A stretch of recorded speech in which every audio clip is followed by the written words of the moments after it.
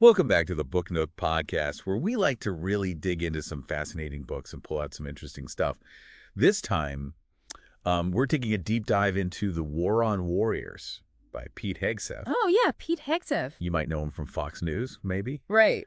He's a decorated veteran, but in this book, he really asks some tough questions about what's going on in the U.S. military these days. Yeah, it's so interesting how he doesn't just, throw out opinions. Right. He's really using his own experiences to talk about all this stuff. Yeah. He was in Iraq and Afghanistan, and that obviously shapes his view on everything from the way they fight to, all the cultural changes happening in the military. Absolutely. Yeah. And even his own journey to becoming this, advocate for military reform is pretty interesting. It is. He started on Wall Street after graduating from Princeton. Mm-hmm. Not exactly the typical path to the front lines. Not at all. Yeah, that's pretty different.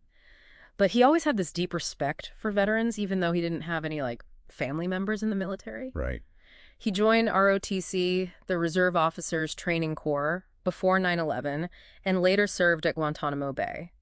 But it was after his first deployment to Iraq with the 101st Airborne that he really felt pulled toward, sticking up for the military and advocating for them. Like, that experience lit a fire in him.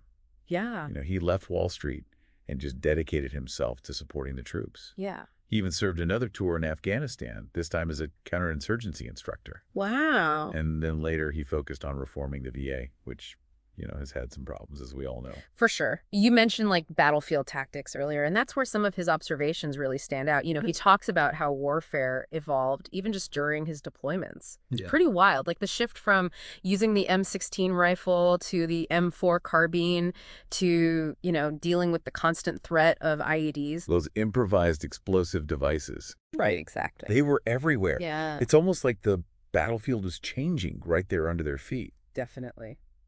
And, I was really struck by his descriptions of just constantly having to watch out for IEDs. Oh, yeah. They had to put all that extra armor on the Humvees to try to protect themselves. Right.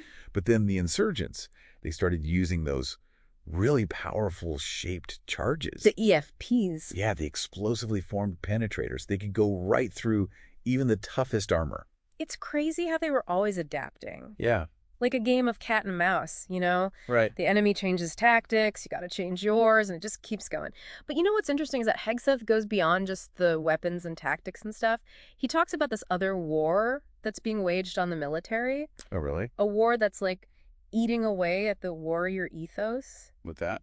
Those core values. Yeah. Courage, duty, sacrifice, all that. Yeah. He calls it the war on warriors. And that's really the whole point of the book. Okay. He believes there's this systemic devaluation of military service happening here in America. Wow. And it's being driven by things like too much bureaucracy and, a move away from rewarding people based on what they deserve, merit. Yeah.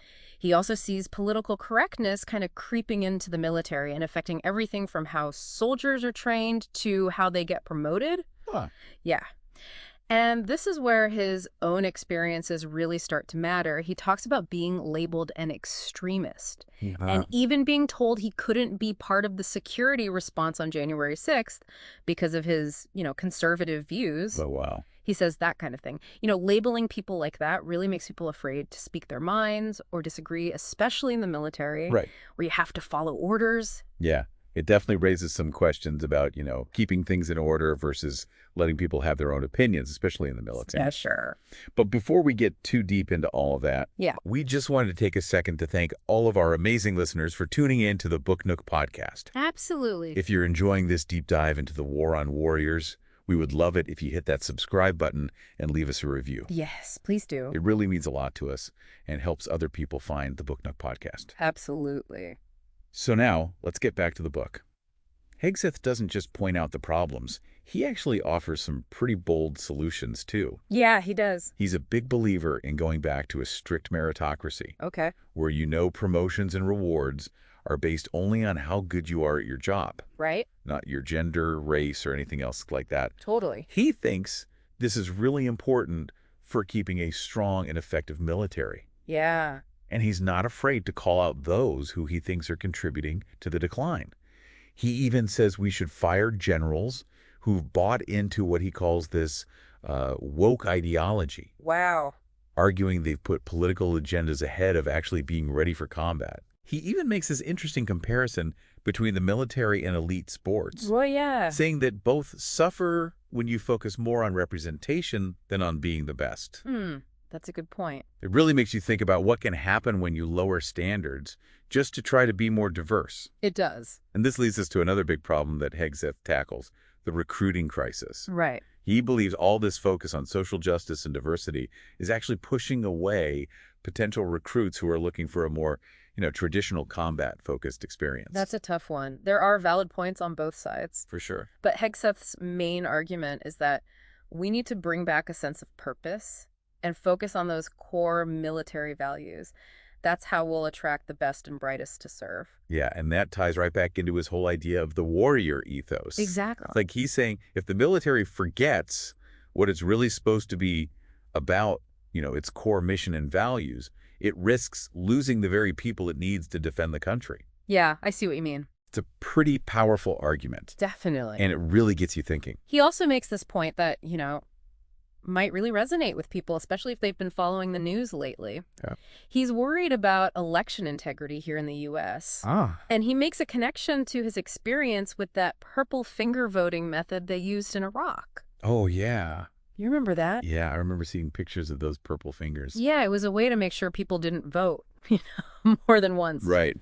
Hegseth argues that having fair and open elections is like the foundation of any democracy. Yeah. And he's kind of hinting that, we shouldn't take our own system for granted. It is kind of a sobering thought. Yeah, it is. Yeah. Okay, so switching gears a bit, one of the big themes in The War on Warriors is his belief that the military is basically a mirror of the society it's supposed to protect. He says that the cultural changes we see in America, especially the way we kind of devalue those traditional masculine virtues like courage and self-reliance, Right. that stuff has a direct impact on the military.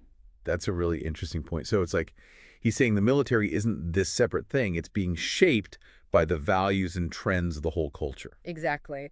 He points out that way fewer Americans have a personal connection to the military today than in past generations. Yeah, that's true. And that lack of understanding can create a gap between civilians and those who serve. Right. Making it hard for people to really grasp the sacrifices our troops make. It makes me think about that story Hegseth tells about his childhood. Oh, yeah. Watching veterans march in a parade. He talks about how that feeling of respect for service, it was just part of the community. Wow. It sounds like he feels we've lost some of that respect for the military. It does sound that way, yeah. Yeah. He also criticizes what he calls safetyism. Yeah. This idea that we need to keep everyone safe from every little risk or discomfort. I've heard of that. He thinks that's actually hurting the military Yeah. because it needs people who are willing to face danger, Yeah, that's a tough balance, though, right? Is. How do you build up that warrior spirit Yeah. while still making sure the troops are safe and taken care of? Right, exactly. And that's the big question Hegseth is wrestling with in this book. Yeah. He argues that a military that puts safety above being effective in combat, it ends up being a weaker force overall. Okay, so what does Hegseth actually suggest we do about all these challenges? Well, one of his main recommendations is going back to those traditional standards for recruitment and training. Okay. He says that lowering physical standards, for instance, Right. it not only weakens the military's ability to fight, but also sends the wrong message about how dedicated you got to be to serve. I see. He also doesn't like how much time is spent on diversity and inclusion training, Okay. saying it takes away from learning those essential combat skills. He's not saying those issues aren't important, but he believes the main focus should be on getting soldiers ready for actual combat. Right. He's all about bringing back what he calls a warrior mindset in the troops. Okay. He wants to see more emphasis on discipline, resilience, and that willingness to put the mission above yourself. Yeah. He draws a lot from his own time as a soldier and a leader to make these points. Right. And he includes stories from other service members who've seen these cultural shifts happening. It's those personal stories that really make the book come alive. They do. You get a real sense of how those policy changes and cultural trends actually affect people's lives. Oh, absolutely. And his writing style is super direct and engaging. Yeah, it is. He doesn't shy away from tough topics. No, he doesn't. And he's not afraid to challenge the way people usually think. He's definitely got strong opinions. He does. But you can really see his passion for the military in everything he writes. It's clear that his critiques come from a place of really caring about the institution and its future. Yeah, for sure. Now, before we jump into the last part of our deep dive, Okay. we wanted to remind you that we love hearing from you, our listeners. Yes. So, what are your first impressions of The War on Warriors? Yeah. What do you think? Have you seen these kinds of cultural shifts happening in other parts of society? Yeah, tell us what you think in the comments below and join the conversation. And of course, if you're liking this episode, please think about subscribing to the Book Nook podcast and leaving us a review. Yes, please do. Your support helps us reach more people and keep these conversations going. Absolutely. Now let's head back into The War on Warriors and explore the last part of Hegseth's argument. One of the things that really hit me about this book was like how honest Hegseth is about his own struggles. Yeah. He talks openly about how hard it was to adjust back to civilian life after being in combat. It's tough. And he even touches on, his own faith journey. Right, it adds another dimension to the book. Yeah. You realize this isn't just someone looking in from the outside. Right. He's been there, Okay. He's really invested in the military and the people who serve. Yeah? I mean, his decision to enlist even before 9/11, then actively wanting to go to Iraq and Afghanistan. Right. It shows a real sense of duty and patriotism. And yet he's also realistic about, how complicated war is and the limits of what America can do. Right. I mean, think about what he says about the Iraq War, especially his role in helping to set up those early elections. Yeah. He understands how difficult it is to try to bring democracy to a place with such different values and traditions. Absolutely. And those experiences in Afghanistan where he was training soldiers in counterinsurgency really solidified that understanding for him, Yeah. The limits of military intervention. Right. Hegseth's not saying we should have endless wars or use force without thinking. Mm-hmm. Actually, his criticism comes from a place of really caring about the military's well-being and effectiveness. It's like he's saying, I love this institution, and that's exactly why I'm sounding the alarm. Yeah, exactly. He's not just pointing fingers, though. No. Hegseth gives us a call to action.